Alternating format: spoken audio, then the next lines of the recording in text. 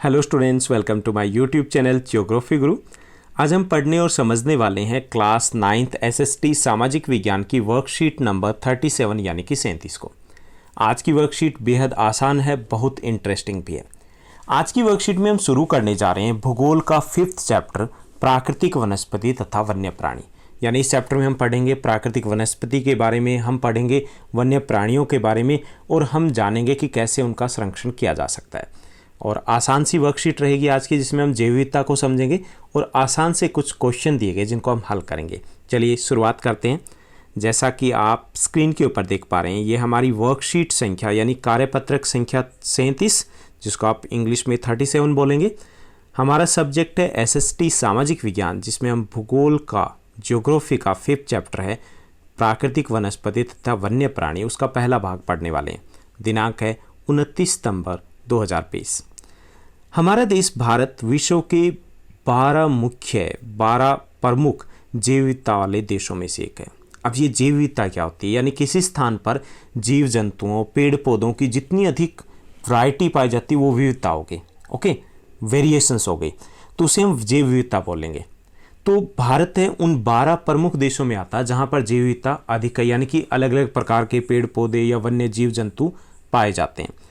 भारत में लगभग 47,000 प्रकार की जो पौधों की प्रजातियां वो पाई जाती है। और इस आधार पे हम पौधों के आधार पे देखें तो हम विश्व में 10वें स्थान पर आते हैं और एशिया में हम 4थे स्थान पर हैं।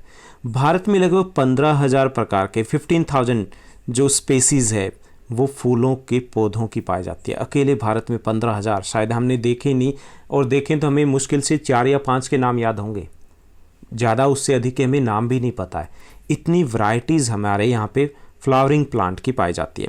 जो विश्व में फूलों का लगभग 6% है, अकेले भारत में 6% विश्व के फूलों की प्रजातियाँ पाई जाती है। इसके साथ साथ भारत देश में बहुत से बिना फूलों के पौधे जैसे कि फर्न, शैवाल जिसे एलेगी बोलते हैं, कवक जिसे फंजाई बोलते हैं, भी पाए जाते हैं। इसके साथ साथ अगर हम प्राणियों की बात करें तो लगभग 90,000 जातियों के जो प्राणी हैं, जो वन्य जीव हैं, जीव जंतु है, वो पाए जाते हैं। इसके साथ साथ विभिन्न प्रकार की मछलियाँ ताजे और समुद्री पानी में पाई जाती है। तो हम कह सकते हैं कि भारत जैव विविधता में काफ़ी धनी है। 47,000 प्रकार के पेड़ पौधे, 90,000 प्रकार के वन्य जीव जंतु और 15,000 प्रकार के फूलों वाले पौधों की प्रजातियाँ हमारे देश में मिलती है। ओके, तो जैव विविधता समझ में आया कि क्या है, यानी कि जीवों और पेड़ पौधों की वैरायटीज़ को हम जैव विविधता बोलेंगे। अब यहाँ पर हम बात करने वाले हैं चैप्टर की कि हमारा चैप्टर क्या है, प्राकृतिक वनस्पति और वन्य प्राणी। यानी ये प्राकृतिक वनस्पति क्या है, हम प्राकृतिक वनस्पति को समझेंगे कि प्राकृतिक वनस्पति का अर्थ है कि वह वनस्पति जो मनुष्य की सहायता के बिना अपने आप पैदा होती है और लंबे समय तक उस पर मानवीय प्रभाव नहीं पड़ता। इसे अक्षित वनस्पति बोलते हैं। यानी कि वो सभी पेड़ पौधे जो बिना किसी मानवीय सहायता के उगते हैं और आगे बढ़ते हैं, उसे हम बोलेंगे प्राकृतिक वनस्पति। आपने देखी है प्राकृतिक वनस्पति जो वन होते हैं, अपने आप पौधे जैसे बीज या पौधे उगाए उसके बाद अपने आप बढ़ते हैं, हमारा कोई इंटरफेयर नहीं होता, वो प्राकृतिक वनस्पति होती है। जैसे सड़क के किनारे घास है, वो क्या, प्राकृतिक वनस्पति, क्योंकि हमने किसी प्रकार की सहायता उसमें नहीं की है। ऐसे ही जैसे खेतों में फसल है, वो वनस्पति तो है लेकिन वो प्राकृतिक वनस्पति नहीं है, क्योंकि हमने खेतों में पानी दिया है, खाद बीज उनको लगाया है। या आपके गमलों में जो पौधे लगे हुए हैं, प्राकृतिक वनस्पति है? नहीं, वनस्पति तो है लेकिन प्राकृतिक वनस्पति नहीं है। तो प्राकृतिक वनस्पति कौन सी होती है? वो वनस्पति जो अपने आप उग जाती है और अपने आप बढ़ती है बिना किसी मानवीय सहायता के। इसे हम अक्षित वनस्पति या अक्षय वनस्पति बोलते हैं। अक्षित या अक्षय का होता है जिसको छुआ ना गया, जो पवित्र हो, जो शुद्ध हो, क्योंकि इसको हमारा कोई इंटरफेयर नहीं होता, तो वो अछूत एक तरीके से कह सकते हैं कि जिसको छुआ हुआ नहीं है या जो शुद्ध है, पवित्र है, तो इसे प्राकृतिक वनस्पति कहते हैं। यह वनस्पति जो मूल रूप से भारतीय है उसे हम देशज बोलेंगे। जैसे बरगद है, पीपल है या नीम है, ये हमारे देश के ही पौधे हैं, तो ये देशज है। और जो वनस्पति भारत के बाहर से लाई गई है तो उन्हें हम विदेशज कहेंगे। जैसे हम चाय के पौधे की बात करते हैं, कपास के पौधे की बात करते हैं, या रबड़ है, तो वनस्पति है लेकिन वो विदेशज वनस्पति है। किसी क्षेत्र या समय काल विशेष के पौधों को फ्लोरा और जबकि वन्य प्राणी को प्राणी जाति या फोना कहते हैं। यानी कि जो पेड़ पौधे हैं उनको अंग्रेजी में फ्लोरा बोला जाता है हिंदी में हम पादप बोलते हैं, और जो वन्य जीव है उनको प्राणी जात हिंदी में, और इंग्लिश में क्या बोलते हैं, उनको फोना कहा जाता है। ओके, तो फ्लोरा और फोना है, इसका अर्थ भी यही होता है, वनस्पति जगत और प्राणी जगत। अब दूसरी चीज़, जैसे हमने शुरुआत की थी कि हमारे देश में 90,000 प्रकार के वन्य जीव पाए जाते हैं, लगभग 47,000 प्रकार के पेड़ पौधे पाए जाते हैं। अब इतनी अधिक जो वैरायटी मिलती है हमारे देश में, तो इतनी अधिक विविधता के कारण क्या है, यानी इतने ज़्यादा प्रकार के जो पेड़ पौधे पाए जाते हैं, तो इसको बोलते हैं हम जैव विविधता। तो इस जैव विविधता के कारण क्या है, तो इसके कई सारे कारण हैं जिनको हम डिस्कस करेंगे। तो पहला जो कारण है वो धरातल से संबंधित है। जरूरी नहीं कि आप इनको दो भागों बांटो, धरातल या जलवायु, आप सीधे ही बता सकते हो कि इसके दो कारण हैं। दो कारण हैं जिनको बांटा जा सकता है, या आप सीधे ही इनको 5 जो कारण है, आप 1 2 3 4 5 यानी कि इनको पॉइंट्स लिखोगे और उसके बाद इनको बता दोगे। तो क्यों विविधता होती है इतनी अधिक, तो इसका पहला कारण है भूभाग। भूभाग मतलब धरती, जमीन। अब भूभाग जो है पूरे देश में अलग अलग है, जैसे कहीं पे पठारी भाग है, कहीं पे पर्वतीय भाग है, कहीं पे किस प्रकार का है, मैदानी भाग है। अब जहाँ पर जैसा जो भूभाग है वहाँ पर वैसी ही अलग प्रकार की वनस्पति है वो पाई जाती है। अब जो मैदानी भाग में वनस्पति होगी तो वैसी वनस्पति पठारी भाग में नहीं हो सकती।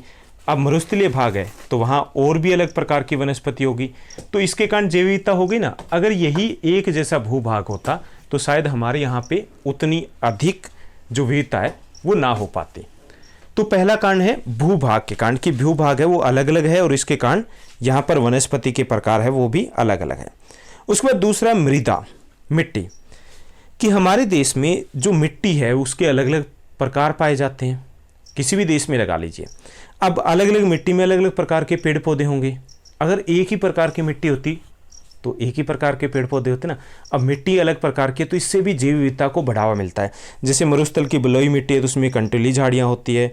डेल्टा के जो मैदान होते हैं वहाँ पर मैनग्रोव पेड़ पाए जाते हैं। पर्वतों में ढलानी भूमि जहाँ पर जो मिट्टी है कम गहरी है वहाँ पे शंकुधारी वन पाए जाते हैं। तो मिट्टी के प्रकार बदलते हैं तो उससे पेड़ पौधे भी बदलते हैं ना। अलग अलग प्रकार की मिट्टी में अलग अलग प्रकार के पेड़ पौधे हैं वो होते हैं, तो इससे भी जैव विविधता है उसको बढ़ावा मिलता है। उसके बाद नेक्स्ट दिया गया तापमान। जो तापमान है ये भी जैव विविधता को प्रभावित करता है। जैसे तापमान है कहीं पे कम है, हमारे देश में अगर दक्षिण भारत की बात की जाए, तटीय भारत की बात की जाए, तो वहाँ पर पूरे साल एक जैसा तापमान रहता है। और दूसरा जो उत्तरी भारत है, दिल्ली की, हम अपने दिल्ली की बात करें, कड़ाके की सर्दी, कड़ाके की गर्मी, पर्वतीय भाग में सारे साल बहुत ठंडा रहता है। तो तापमान के कारण भी अलग अलग प्रकार के पेड़ पौधे होते हैं। जैसे तापमान का अत्यधिक कम होना, अत्यधिक बढ़ना प्राय वनस्पति के लिए प्रतिकूल होता है। तो हर प्रकार की वनस्पति पेड़ पौधे हर जगह पे नहीं लग सकते। राजस्थान में अलग प्रकार के होंगे, जहाँ पर्वतीय इलाके कम तापमान रहता है वहाँ अलग होंगे, दक्षिण भारत में अलग होंगे। तो तापमान अलग अलग होने के कारण भी जैव विविधता अधिक है। यानी कि हमारे यहाँ भूभाग भी अलग अलग है, मिट्टी भी अलग अलग है और तापमान भी पूरे देश के अलग अलग भागों में अलग अलग है, जिसके कारण जैव विविधता को बढ़ावा मिला है। उसके बाद फोर्थ है सूर्य का प्रकाश। पौधों को बढ़ने के लिए सूर्य के प्रकाश की आवश्यकता होती है, लेकिन इसके कारण जैव विविधता को भी बढ़ावा मिलता है। अब सूर्य के प्रकाश का समय, वहाँ के अक्षांश, समुद्र तल से ऊंचाई, ऋतु, इस पर निर्भर करता है सूर्य का प्रकाश। ओके, तो यहाँ पर सूर्य के प्रकाश की अगर बात करें तो जैसे दक्षिणी जो ढाल है हिमालय की, वहाँ पर धूप पूरा दिन रहती है, जबकि जो उत्तरी ढाल होगी वहाँ पर धूप कम रहेगी। ओके, ऐसे ही अगर हम बात करें कि जो उत्तर के इलाके हैं वो भूमध्य रेखा से थोड़ी ज़्यादा दूर है, तो वहाँ पर तापमान अपेक्षाकृत कम रहेगा। अब कहीं पे कम, कहीं पे ज़्यादा, कहीं पे दिन की लंबाई अधिक, कहीं पे कम, तो इससे क्या होगा, इससे भी जैव विविधता को बढ़ावा मिलता है। तो हमारे देश में एक ये भी कारण है। इसके साथ साथ वर्षण। वर्षण मतलब वर्षा। ओके, वर्षण में हम मुख्य तौर पे वर्षा को शामिल करेंगे। वैसे तो वर्षण में हम शामिल करते हैं ओलावृष्टि भी, हिमपात भी आते हैं, लेकिन हम वर्षा की बात करें, बारिश की। अब बारिश पूरे देश में एक बराबर है नहीं है ना, हमने जलवायु चैप्टर में पढ़ा है, कहीं पे ज़्यादा है कहीं पे कम है।